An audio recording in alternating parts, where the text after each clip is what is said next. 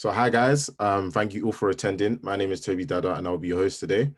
We have a wonderful panel, but before I introduce them all to you, I just would like to say that this is the 10th event in our Young Fabian's Fringe series. After this event, there'll be another event hosted by my good friend Amaver on the future of the economy. If this sounds like something that would interest you, you should definitely attend. And for more Young Fabian events, please visit our website, that's youngfabians.org.uk. So without further ado, I will share the presentation with you. So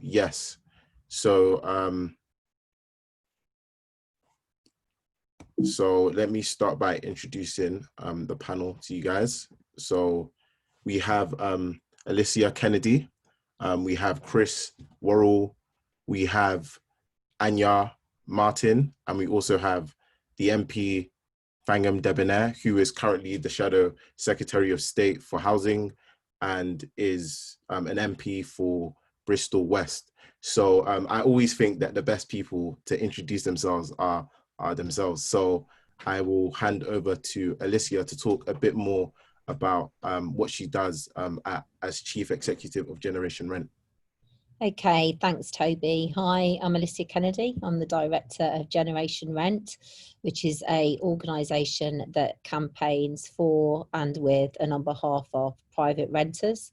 We're the national voice of private renters, and our mission is to make sure the private rented sector provides homes for the people that live in that sector that are affordable, safe, secure and decent to live in.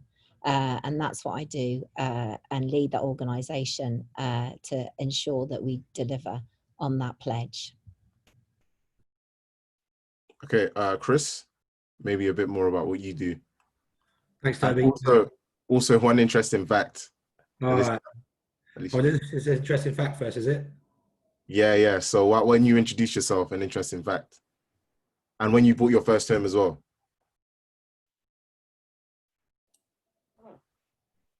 Okay, shall I do that, Toby? Yeah. Okay. I didn't deliberately dodge the interesting facts. I may have actually thought of one now. But I first bought my home in 1998 in a flat in Lewisham. So that was a while ago now. And I mean, when I say how much I paid for it, people will just balk, because at that time, just in 1998, I paid £48,000 for a one-bedroom flat in Deptford. I still live in Lewisham. I love Lewisham, but you know, when you look at the house prices now, I really can't believe that it was just that low back then. My interesting fact is that my nickname is Lemon by a lot of people. And the reason for that is because a very long time ago in the Labour Party, it's different now, I hasten to add, I was one, if not the only senior woman in the Labour Party. So I used to always be sat on the panels with the men who were the politicians at that time. And then my nickname became Lemon, because I sat there like a lemon. And most of the time I would try and interject, but thankfully the Labour Party's moved on. No, that's a really, really interesting fact. I didn't know that. But we're going to move on to Chris. So just talk more about sort of the Red Brick blog. Yeah, thanks. By way of introduction, my name is Chris Worrall. I'm editor of the progressive housing policy blog Red Brick. Also sit on the executive committee of the Labour Housing Group. So if you haven't joined, please do. I'm sat here in a personal capacity. My professional background has sort of seen me involved with substantial amount of worth of transactions in the residential sector as an investment and finance manager. And I'm sort of involved at the moment with land acquisition, obtaining development finance, putting together joint ventures for various landowners, and day to day I manage planners, architects, construction cost professionals, and bid on land off the back of development proposals that we collectively put together. My interesting fact, I have my last name tattooed on my back since I was 17, and I used to wear 2 hoops in one ear. And I bought 30% of a shared ownership property with my partner when I was 28, so about 4 years ago. Okay. Could we move on to Anya? Yeah. Hi everyone, I'm Anya Martin. I'm head of policy at Priced Out, which is England's campaign for affordable house prices. So we campaign for everyone who is priced out of the home that they want, where they want to live, whether that is to buy or to rent. We campaign for evidence-based policy proposals informed by economic understanding. We are entirely volunteer run. We punch somewhat above our weight in terms of media engagement and stuff, but we are always looking for volunteers. So please do go and look at our website and get involved if you can. In terms of an interesting fact, this is probably more weird than interesting, but I am Arnold Schwarzenegger's biggest fan. I just love him. I can't explain why, I just think he's very cool. In terms of when I bought my first home, the clue is in the name. I don't have one. Okay, interesting. So we're going to move on to Thangam Debbonaire. Hi, I'm Thangam Debbonaire. I have had the great honour of being the Member of Parliament for Bristol West since 7 a.m. in the morning on the 8th of May 2015. And etched on my mind, partly because, also interesting fact, that was my mum's birthday, and that was what I had planned to give her for her birthday, as well as a lunch, which I subsequently took her out to. I've been Shadow Housing Secretary since the 5th of April, and that's also a great honour. It's also a somewhat daunting honour. Housing is one of those policy areas on which absolutely everybody, of course, has both experience and views, and particularly in the Labour Party. But that's also a blessing. What is sometimes daunting is also a blessing, because there are people around me who are incredibly generous with their experience and expertise and encouragement. And I found it completely fascinating, if something of a massive mountain to climb, to learn all about everything from, I don't know, planning law to what makes homes affordable, which is more complicated than I ever realised. An interesting fact about me, I was originally trained as a cellist, a classical musician. I play the cello, that's that big thing that looks like a violin that's got a spike at the bottom.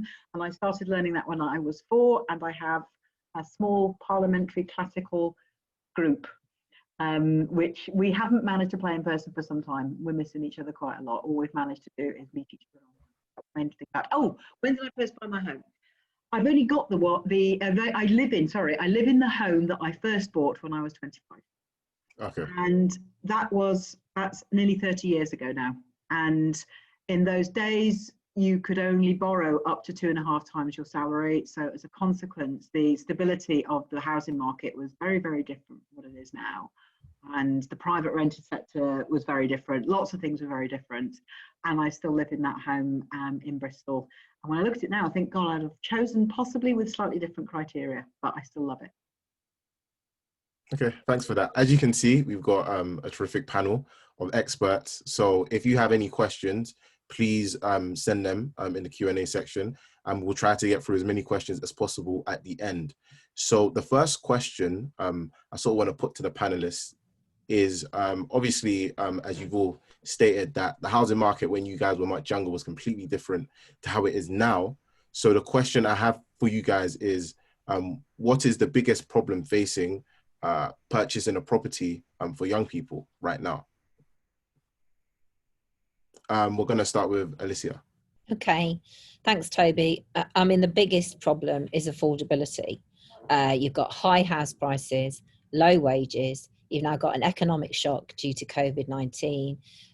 People can't afford the deposit on a house. They can't afford the cost of the house, and it's completely hot and out of control. And there's research that shows 1/3 of millennials will never be able to own their own home. But of course, it's not just young people. That is more families are now renting, so the only option for young people and a wide variety of diverse range of people is the private rented sector, which means that over the last 2 decades, the private rented sector has grown by a huge amount to, way over 4 million households. It's now got over nearly 2 million children live in the private rented sector, and obviously that's my focus. But you have people in the private rented sector who can't get on the housing ladder, can't afford their own home, as well as those people who should be in social housing, but because that availability of housing isn't there, everyone has got no other option but to rent, which means that sector is overcrowded and has got its own issues, which we may come on to talk about later. And there's also research by the Resolution Foundation that shows that because there is children in the rented sector, because young people can't get on the housing ladder, you know, this cradle to grave renters, whereby you start off as a child or a young person in rented accommodation, and because you are never going to get out of wanting to, you can't get, you'll buy your own home, you'll still be renting in your 40s and your 50s and 60s. So there is an issue with older renters, but it's affordability is the main issue, and can become a national crisis, in my opinion. Okay, cool. No, that was a great answer. So the main things is affordability. People can't get their deposits together. Thanks for that. And like you said as well, it's also very difficult for older people to get onto the housing ladder. It's not just exclusive to young people. We're going to go to Chris Worrall. In your opinion, why do you think it's so difficult for young people to purchase a property? What's the biggest problem facing young people today? I mean, for starters, it's not low interest rates. So despite the average price paid by first-time buyers increasing like over 60% in the last 13 years, nominal loan payments have like barely moved. So the growth in income combined with the decrease in interest rates have seen these payments remain manageable. Yes, low interest rates have explained about 90% of house price rises over the past few decades. However, even the Bank of England now recognises this had not necessarily been the case had our housing supply been more responsive to changes in price. And we know that with anti-growth regulations, such as like Greenbelt and arbitrary height restrictions, that these are empirically linked to what's like a less responsive housing market and high land values. So where I'm going is the supply, as is geography. And in effect, what we're seeing is the outcome of not great planning policy in combination with long-term global structural trends towards lower interest rates. The biggest problem young people face is a lack of supply. If the price responsiveness of the housing supply was more in line with like international norms vis-a-vis a less restrictive planning regime, then we would have seen half the house price growth we have seen to date. And growth of incomes would have explained about 55% of that increase. And we're in a land crisis. Residual land values in central London have grown by over 600% in the past 20 years. We've got Professor Enrico Moretti from UC Berkeley who tells us that where supply is fixed or equally anemic, any productivity increases are sort of capitalised into land values. And the planning system in its current form is doing exactly that. House builders have no interest in selling more than 100 homes a year, as they'll sort of directly increase their labour costs through their own induced demand. So we need to change economic incentives for landowners to make home ownership more attainable. And those are the barriers that I think are facing young people today. No, that's a very interesting perspective, looking at, you know, sort of the change in land value, especially in central London, because we know that London in particular is very different to the housing market in the UK as a whole. Okay, we're going to go to Anya. In your opinion, what is the biggest issue facing young people today? And I do recognize that you're not, you know, that supportive of young people even buying a property. You sort of take the view that people should consider alternatives. So price out, we campaign for people who want to buy but want to rent, either way really. But those two different things are very, very closely linked. You know, if rents are high, then house prices will be high as well, because it creates that incentive for landlords to buy property. In terms of what the biggest problem is, so I reckon that Alicia and Chris have actually been peeking at my notes, because they were both spot on really. I'm sorry that I will be quite England-centric here, but housing is a devolved matter and priced out is an England-specific campaign group. So Chris has already mentioned interest rates are at historic lows. So the cost of mortgages is actually very affordable at the moment. You know, in the 1980s, they did hit 15-20% for a number of years. What we've got now is a situation where the average house price in England is about £250,000 and an absolutely ridiculous £486,000 in London. So if you assume a 10% deposit and a mortgage of 4.5 times your salary, which is about the cap that you can normally get, you'd need a salary of 50k across England and 100k in London if you can't get any help from anyone else. So in some places, it's already several times the average salary, especially of young people who tend to be on lower wages. So affordability, the actual cost of housing, is obviously the major barrier. House prices were not always high.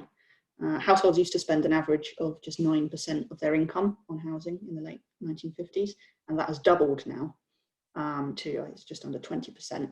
And private renters actually pay around a third of their incomes on average. And in some areas of the country, including London, that actually gets closer to 40–50%. So you can see, as Chris said, that interest rate does not explain that situation, because it's risen much faster than just a counterbalancing of interest rates.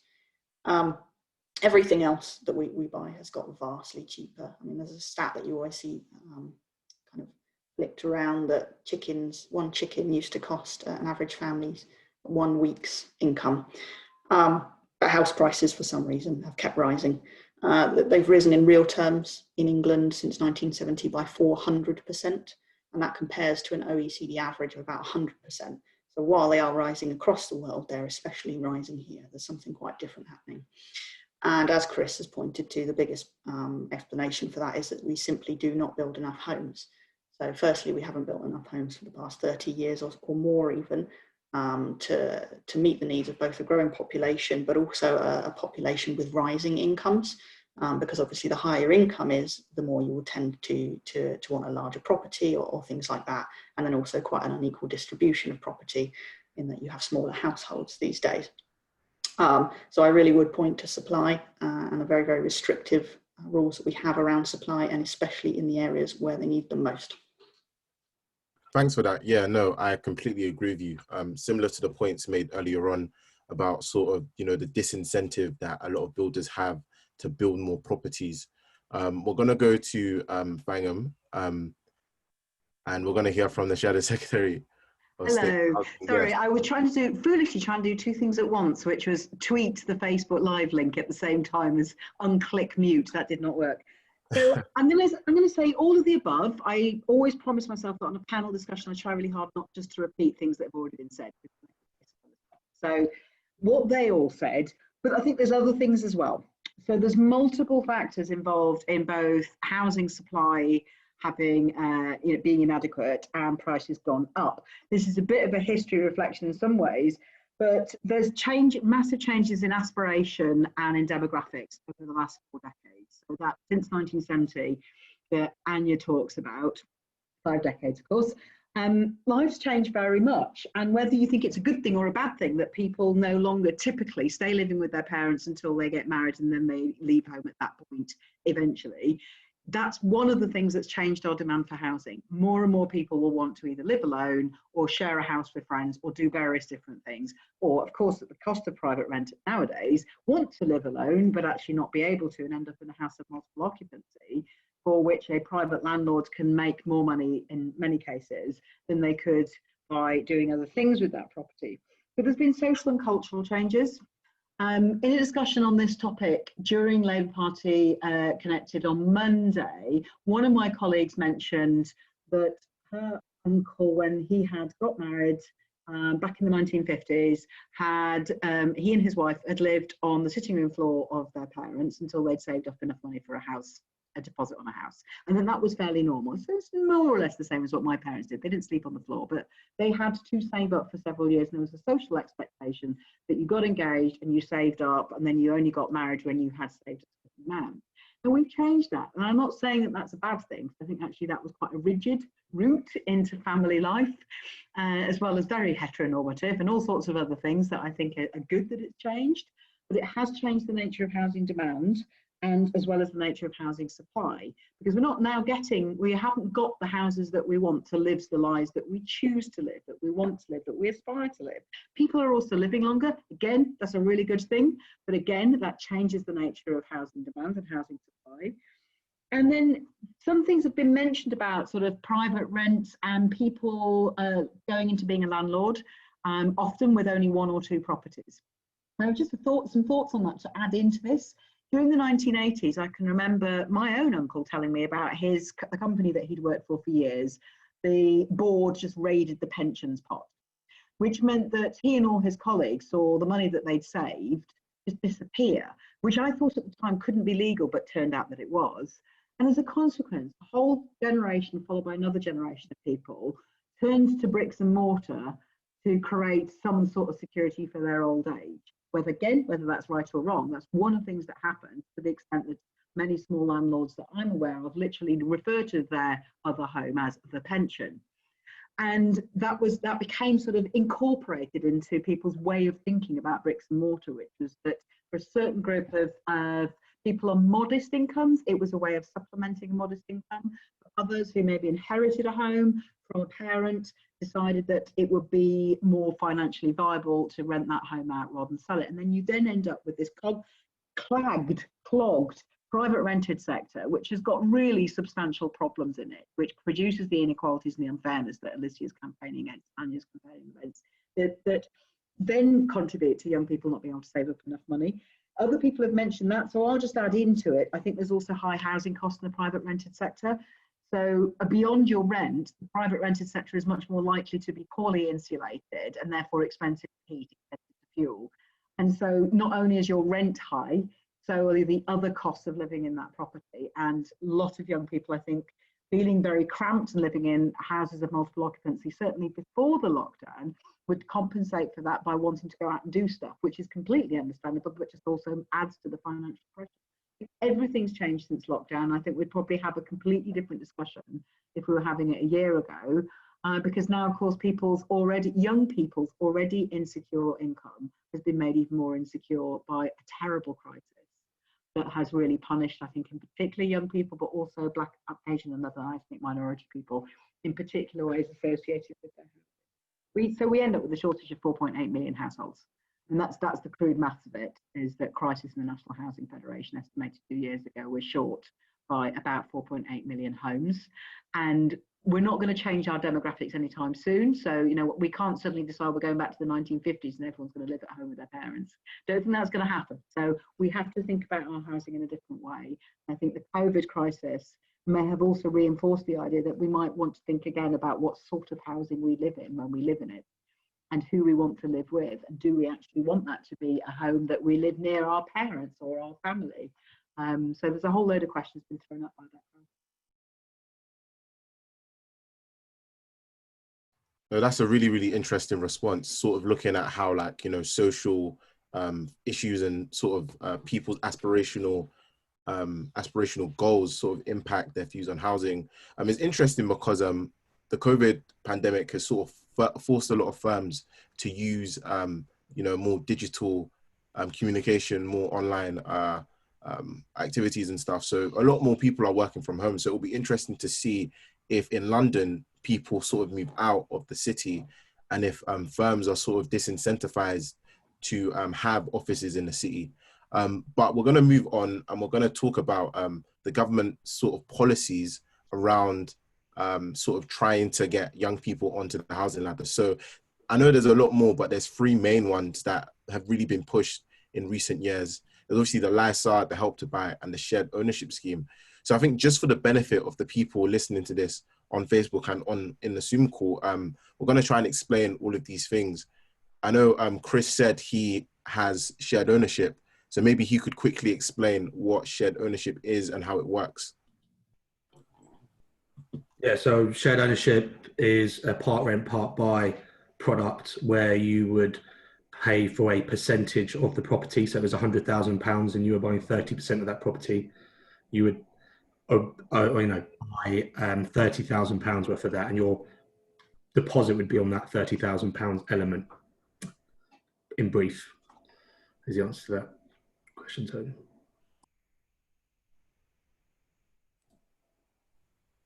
Did you want to sorry about that. I was on mute. No. I was just going to add on. In your opinion, would you recommend it? What are sort of the benefits and the drawbacks to shared ownership? Be as honest as possible. All right. Not worth it in its current form, in my opinion, depending on who the landlord is, right? And that's a very big caveat. And I probably won't go into any more detail who I'm with at the moment. But particularly in blocks of flats, it's less of an issue for houses. You know, I've welcomed calls from London Assembly members like Umesh Desai and Len Duval.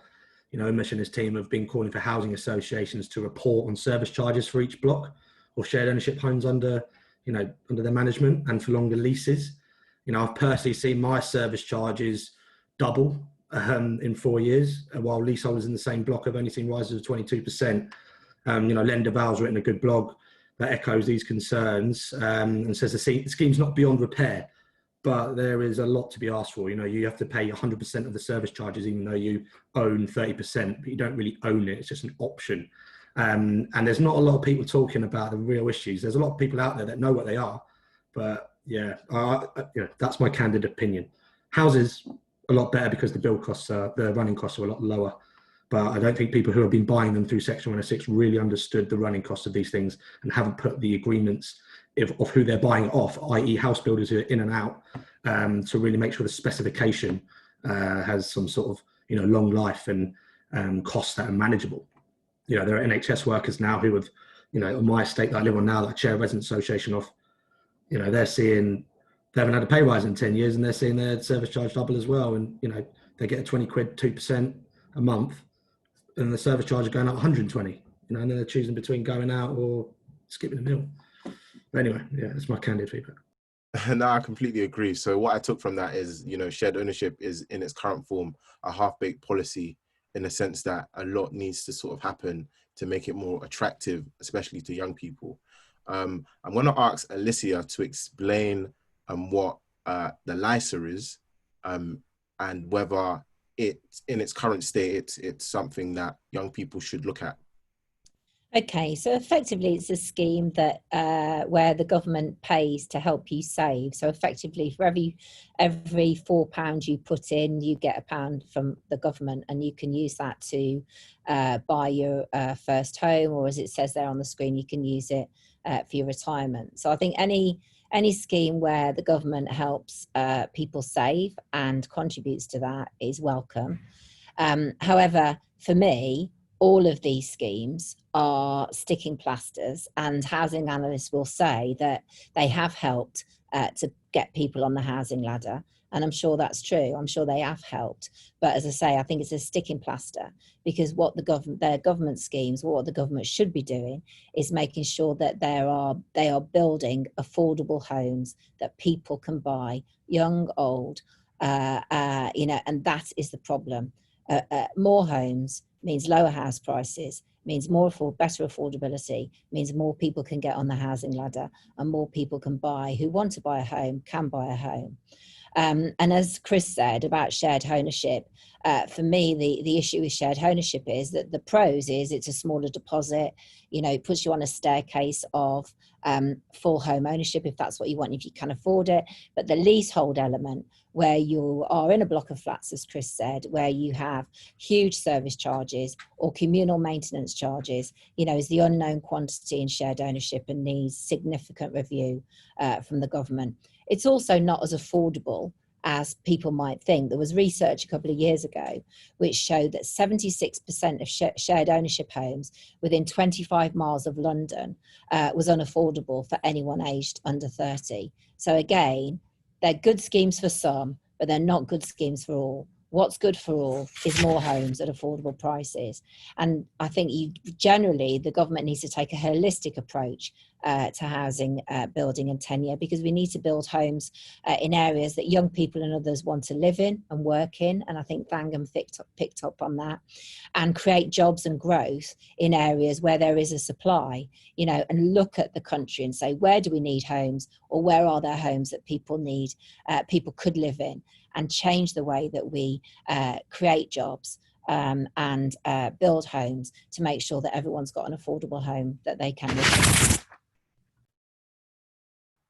Great point. Like you were saying, I do agree with you that, for example, all of these policies seem like to just be trying to tackle an issue created from not building more homes. They don't actually tackle and deal with the problem. So we are going to go to Thangam to try and explain what Help to Buy is, and whether she, in her opinion, she believes it's a good scheme for young people. Well, again, it's another scheme which, as Alicia said, it doesn't tackle the root cause of the problem. If the problem is that people can't afford to buy their first home, and that there are all these factors that we've already explored about what caused that, none of these, in my view, actually tackle it. Help to Buy, you get effectively another bit of help with a loan. So you don't have to have a mortgage for the whole thing, and that's from the government. But you have various restrictions. It has to be a new build, which for many young people have been buying what's called off plan. So that's something that hasn't yet been built. It's only certain properties. And there are serious problems with some new builds. There's some fantastic new build as well, but there have been some real problems with some new build. I'm just reading a briefing paper at the moment about the construction defects that there are for a whole chunk of new build housing. And it's quite tricky for a young person to be restricted, I think, to exactly where that scheme offers those new builds that are in the scheme. You still have to have a 5% deposit. I think that, that's fine. I mean, a 5% deposit is actually much less than most banks require now. Most banks will require a 15 to 20% deposit, but that's the help of the government loan of up to 20% of the property price, 4% in London. But as Alicia said, this doesn't tackle the underlying problem of the supply of housing, but also of the word affordable. It doesn't tackle the real meaning of affordable, because that definition has been mangled now, that in certain parts of the housing sector, the government defines it as 80% of market rents. Well, in places where market rents are eye-watering, 80% of eye-watering is still pretty eye-watering. So we have some real problems with what the definition of affordable is and with the supply of housing, as we've already said, and none of these tackle it. I prefer the LISA or the LISA because at least it's looking at a savings product that could be counted towards retirement, which I think is another issue for young people. It's about planning for retirement, which always seems so remote when you're 21, but it's honestly, suddenly it's there. And one of the things that you can do with a LISA or LISA is you can at least use it towards retirement as well as towards a first member pension product. So they've all got flaws, in my view. Yeah, no, I completely agree with you. While some of these schemes have a lot of benefits, I would say to anyone listening to this, please do your own research and sort of see whether these schemes are for you and your circumstances. So we're going to move on to the next question that I want Anya to try and ask. But before I ask her, I'm just going to say that from my personal experience, speaking to a lot of young people, the aspirational thing to do is to buy your own home. And I think compared to other European countries, home ownership in the UK is very high. And I think a lot of young people see, the be all and end all as buying as opposed to renting. And I think it's interesting to sort of consider other options. So I'm just going to go to Anya and ask her, do you think that in the UK we have a problem with, everyone wanting to own a home? And should people be open to looking at other options? Yes and no, I would say. So I think whether you buy or rent your home is it's very much a personal choice. And there are lots of things that you need to factor in, like how much flexibility you want. Because obviously if you buy, it does make it a lot more difficult. Whether you would want to make improvements or adaptations to the home, because we do have a private rented sector where you don't generally get a lot of freedom in those matters. So I can very much see why people do want to buy their home. In terms of the actual cost of buying versus renting, people often talk about renting as dead money. It's just money that you've chucked it down the toilet, basically. It's going down the drain because you're not building equity in a property. It's not quite true, because you're paying essentially for the service of living there. So you are receiving something in exchange for it. And when you take a mortgage, you are also paying mortgage interest for that same service. And at the beginning few years, that may well be the bulk of your payment. So obviously some of your mortgage payment will go towards the equity, which can go up or down as well. You don't really take that risk when you're renting. But you do also have to pay for lots and lots of other things, which can be very, very expensive indeed. So from your legal costs, your surveyor valuation, and then the cost of maintaining the property, which depending on the type of property can be really expensive. So that gap actually between the cost of buying and renting does narrow a lot, and it's not as clear cut. But I think the main point that I would say is it is about far more than just the financial cost for people. I do think that we are very obsessed with home ownership in this country. Everyone wants to own their home, and potentially there is less of that in other countries, although it is still relatively popular. And famously in Germany, people often rent for their entire lives. But the difference between this country and many other countries is that we have extremely, extremely weak protection for renters. So it's a pretty rational decision to want to get out of the private rented sector, because there you have very little security of tenure. I've just seen today government saying they're going to delay the proposals to end no-fault evictions again. It's about having control over your own home, even things as little as just decorating, painting the walls. I would say most private landlords don't allow that. And if you need adaptations and things like that, it becomes even more difficult. And then not to mention all of the issues that we know are very widespread with quality and the management of private rented sector properties. So I think it's absolutely not surprising that so many people are desperate to get out of there, even if the financial situation is not actually that clear cut. And it does not have to be like this. Other countries have very established traditions of lifelong renting, as I've said. They tend to have pretty efficient, well-regulated private rented sectors. They adequately supply new homes, which means that landlords actually have to compete with each other on quality and price, whereas here it really is just, there are so many people desperately looking for private rented housing, and it's very expensive. You can kind of cram them in and do anything, and you can get away with pretty flagrant abuses of the law. I mean, even myself, the whole reason I got involved in campaigning in the first place, because I was treated so poorly by so many landlords consecutively, through my life from university onwards.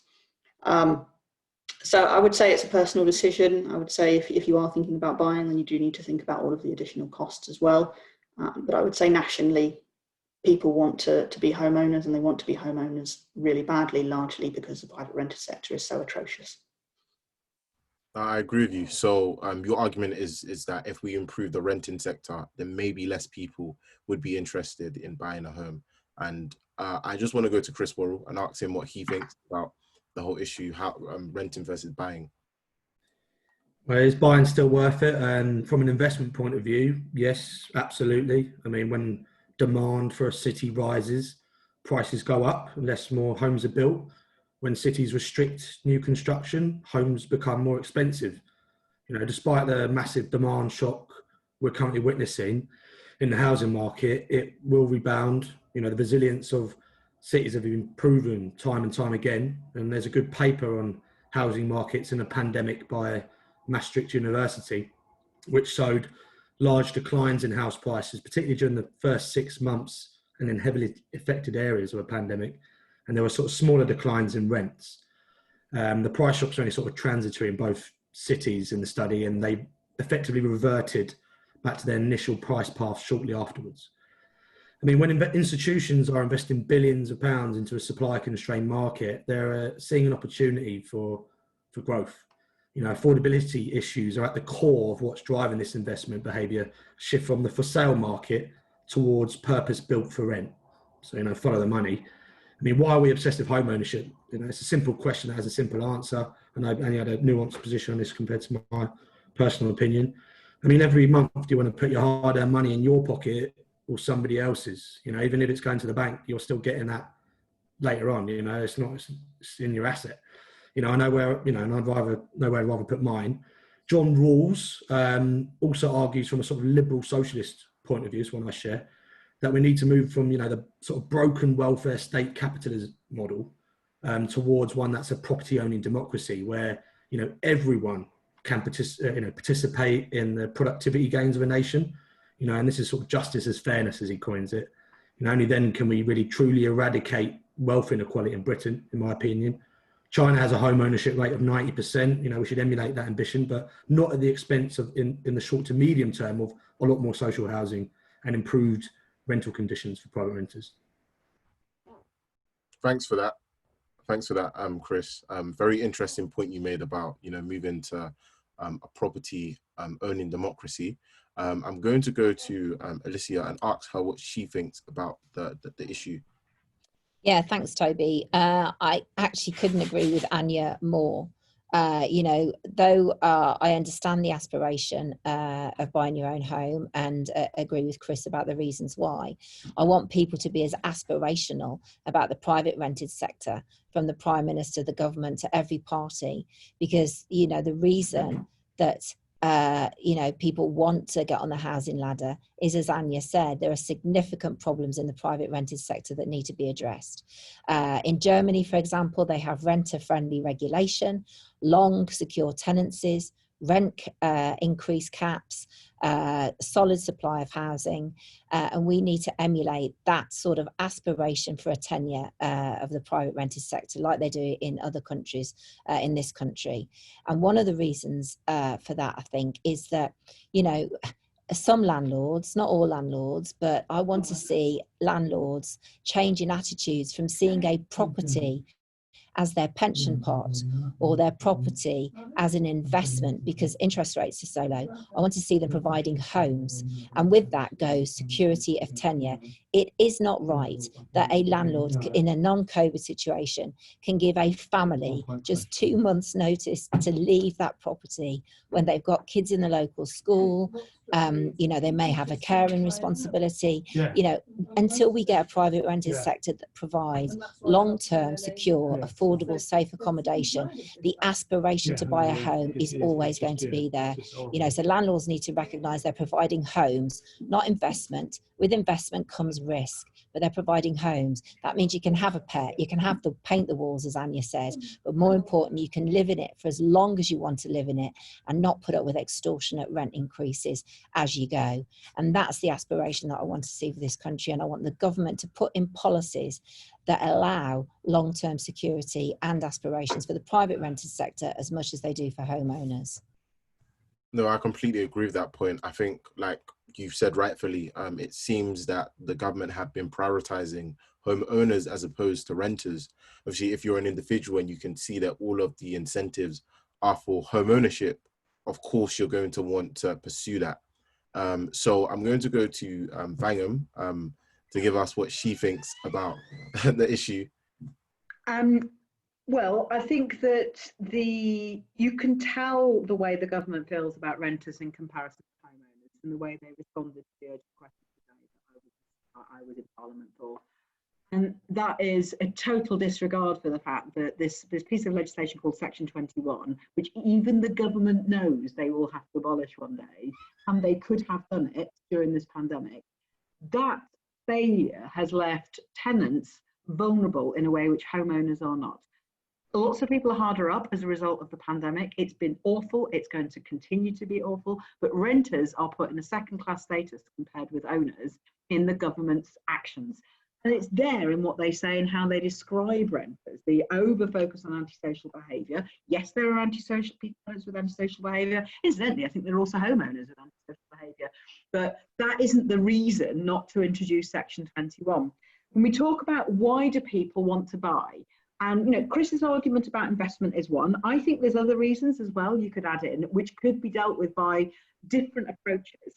So seeing your home as part of a stable neighbourhood in which you are a part is really difficult when you are always at threat under an assured short-hold tenancy of Section 21 eviction. If you know that your landlord can evict you, even if you are the most model tenant, then you don't have that stake in your neighbourhood. You don't feel connected. You're constantly vulnerable. Your children are at risk of being uprooted from their school at any point. And that was there in what the government said today. And that's where I think that second-class citizen is. The thing about an investment in a home, your home as an investment, or as a second property as an investment, I still think that that's partly a problem of the pension market and people's feelings that they don't feel secure about their older age. Now, some of that is to do with not having very good pensions. A lot of people don't. Some of it is to do with people feeling too hard up, and that if they can't afford to put some money into a pension, better to put it into a second property, which they can rent out. And I think that has distorted the housing market. I agree with Alicia. If you are a landlord, you should be treating it as a profession in which you have duties towards your customers to provide them with security, rather than something that is for you primarily. It's not. It's someone else's home, not your home. And that should carry with it a set of obligations which should be legally enforceable, and at the moment are not. So is it worth it? There isn't a simple answer to that question. I think in an ideal world, there will be a whole load of different options, but there aren't at the moment. And that's why inevitably people in Chris's situation say, no, I'm not going to put my money in someone else's pocket when I could be putting it in my pocket. And I completely get that. Yeah, no, I completely understand. I think like all of the points you've made are very, very true. I think there's a huge incentive that the government is increasing to essentially allow owners to make a lot of money, and yeah, there's a huge problem with that. So we're going to move on to a slightly different question before we go to our Q&A section. So the question is around reducing the ethnic ownership gap.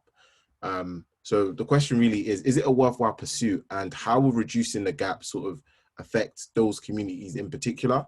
Just to give you some stats, So currently, 68% of white British households are property owners, and despite that, Indians actually have 74% of ownership. So they have a higher rate than white British people. But households in the Black and Arab community have ownership stats of less than 20%. So I just want to ask you guys, how do you think this plays a role in terms of like the socio-economical circumstances of those groups? And should the government create policies and incentives to get those people into the property market and actually try to make some of them homeowners? So we're going to start with Chris Worrall. Yeah, of course. You know, the Labour Party has a long history of fighting for a more fair and just society for all. As aforementioned, you know, we should try and get as many people onto the housing ladder as possible. You know, it's true that 68% of white British own a home, Arab only 17%, Black African 20%, Black Caribbean 40%, you know, Bangladeshi 46%, 74% Indian, and white other 30%. So it's very disparate in nature. You know, how do we reduce the gap? You know, build more homes in cities. You know, this is where ethnic minorities live. You know, Britain's ethnic minorities are concentrated in England and almost entirely in a select few towns and cities such as London, Birmingham, Luton, and urban areas around Greater Manchester and West Yorkshire. And then, you know, even within these areas, diversity is not uniform.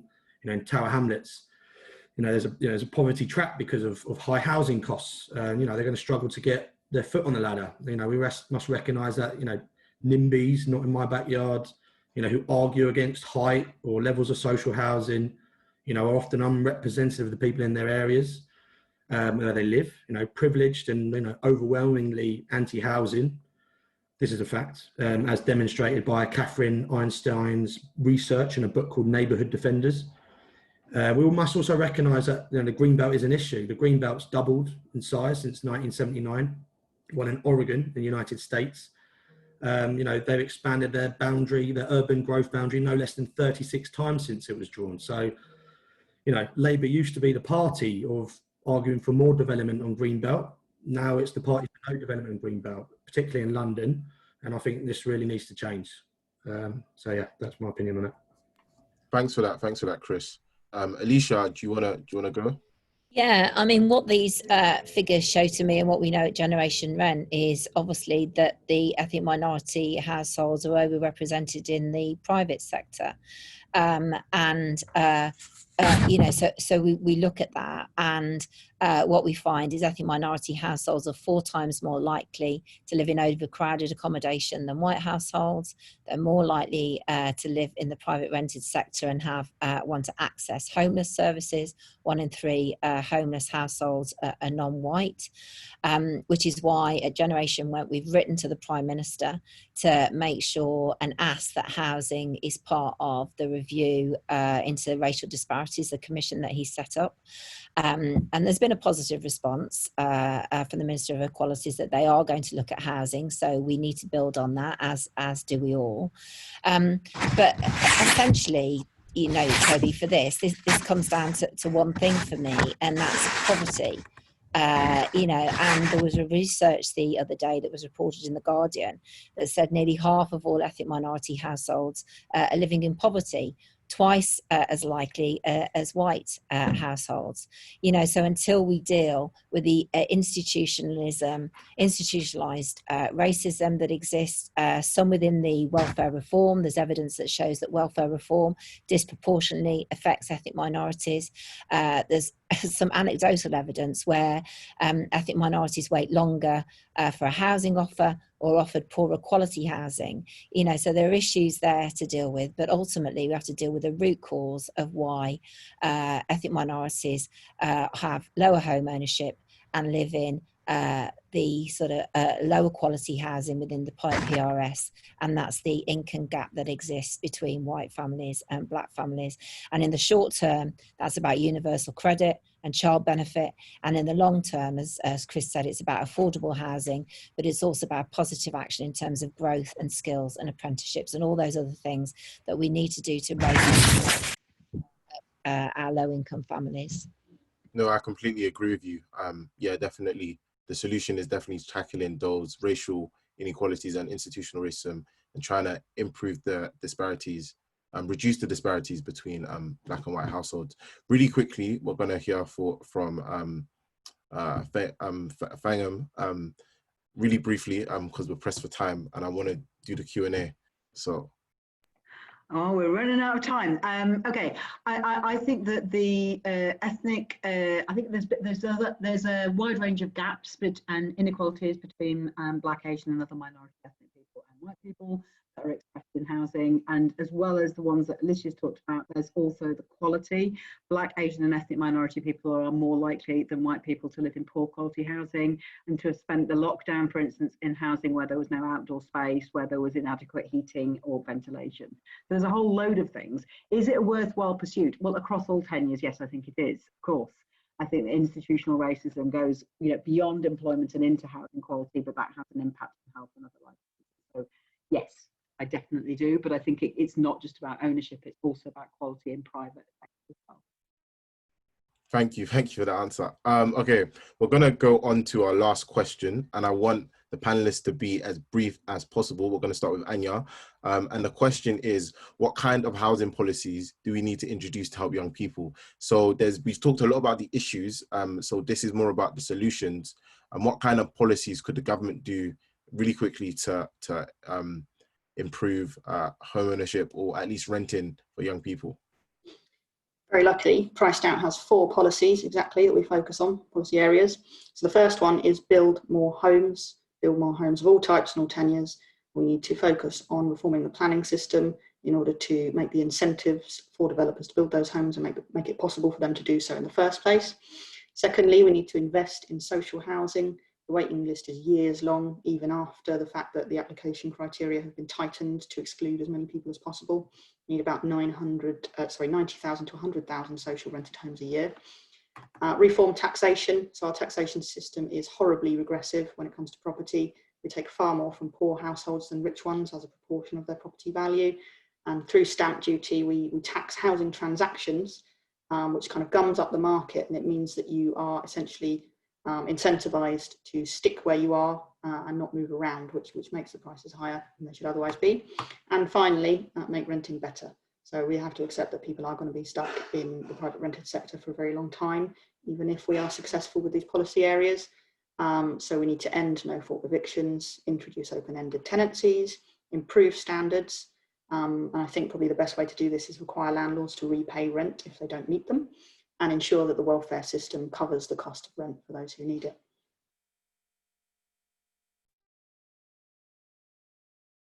Thanks for that. Full policies you can check out on Priced Out. So we're going to go to Thangam really quickly. Policy ideas that will help young people. Well, I think I'll just go with everything that Anya just said, but also give young people a decent economic future, because young people are really facing a difficult time. And if they haven't got enough money to pay rent or save for a home, then both those things are really difficult. Chris, your suggestions? Well, I think you've had some great feedback from, Alicia, Anya, and Thangam throughout this chat about what can be done to improve things. I think we need sustainable supply side subsidies. Yes, we need council homes, but we're missing a huge bipartisan opportunity here in the UK, just due to sheer lack of inertia and lack of political innovation. In the United States, the low-income housing tax credit has seen really high-quality homes for those on low incomes, delivered by the private sector, where rents do not exceed 30% of their income, and that's below the poverty threshold. And it offers a subsidy that does not require public sector borrowing. It brings in capital from the private sector that otherwise would be doing nothing. It does allow the likes of Starbucks, Amazon, Google to reduce their tax base in a corporately social responsible way. Think of that what you will, but it is something that I think the UK needs to consider by both parties going forward. Secondly, policies that embrace environmentalism will help house the next generation the most. Good environmentalism will focus on policies on putting buildings where they do the least ecological environmental harm. The average footprint of a suburban home is equivalent to a size 15 hiking boot, while an average London apartment is more akin to the heel of a size 6 stiletto.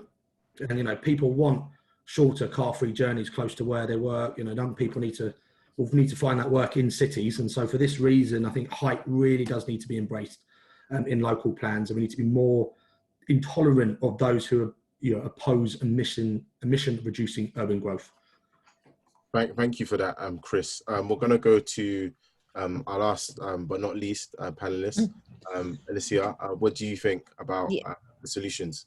Yeah, thanks, Toby. And like Thangam, I too agree with Anya and Chris, but effectively sufficient housing supply, social housing or genuinely affordable housing to buy, and complete reform of the private rented sector so it's decent and secure, end Section 21, introduce long-term tenancies, no in-tenancy rent increases, deal with high rents, have a regulator, a proper regulator for the private rented sector.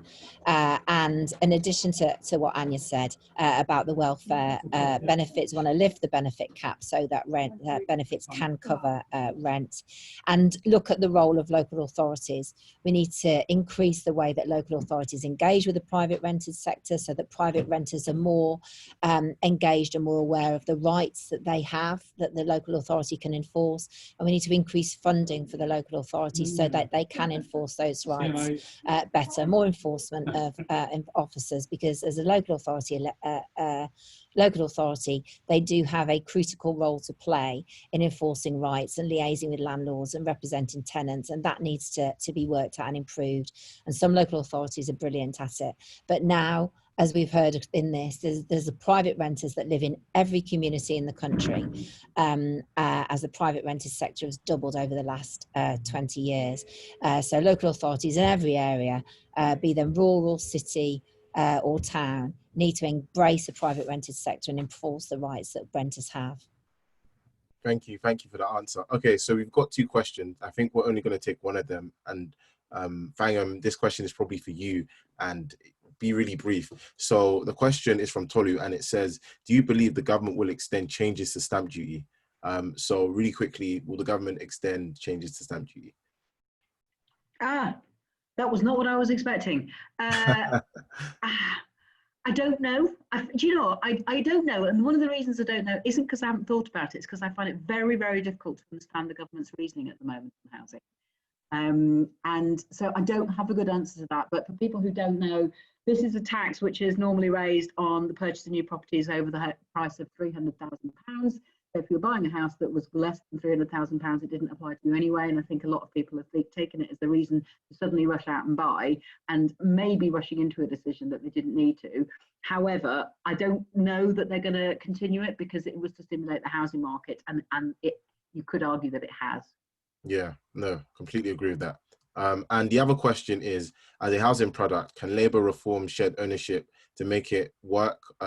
Or is there an alternative? So we did sort of cover that briefly. Maybe you missed it, but the Labour Party should and can reform shared ownership. Currently, as it stands, it's a half-baked policy, and it can be reformed by the Labour Party.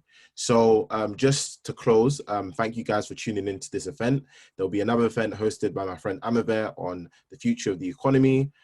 Please reach out to any of the panelists if you have other questions, or myself. And if you want to sort of stay up to date with Young Fabian events, visit our website, youngfabians.org.uk. And thank you, panelists, for taking the time to sort of explain all of these issues to young people. I think Thangam wants to say something, or is she waving? No, I was just saying thank you. I was just waving. No problem. No problem. All right. See you guys later. Right. Thank you. Bye. Bye. Thanks. Bye.